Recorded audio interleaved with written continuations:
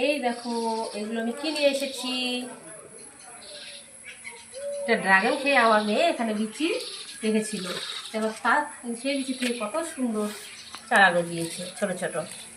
এখন আমি সেই চারাগুলোকেই দুটো এক জায়গায় প্রতিস্থাপন করে রাখবো, দেখবো পরে রেজাল্ট কী হয়, তারপর তোমাদের সঙ্গে শেয়ার করবো।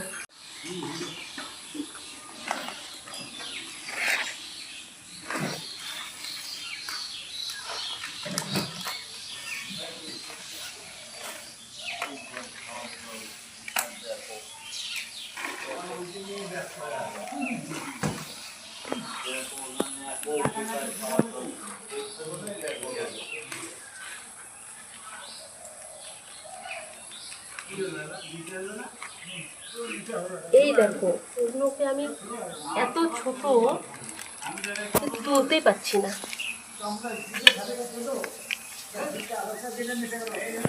দেখতে পাচ্ছ তোমরা, এগুলোকে আমি লাগিয়ে রাখছি, দেখি রেজাল্ট কি হয়।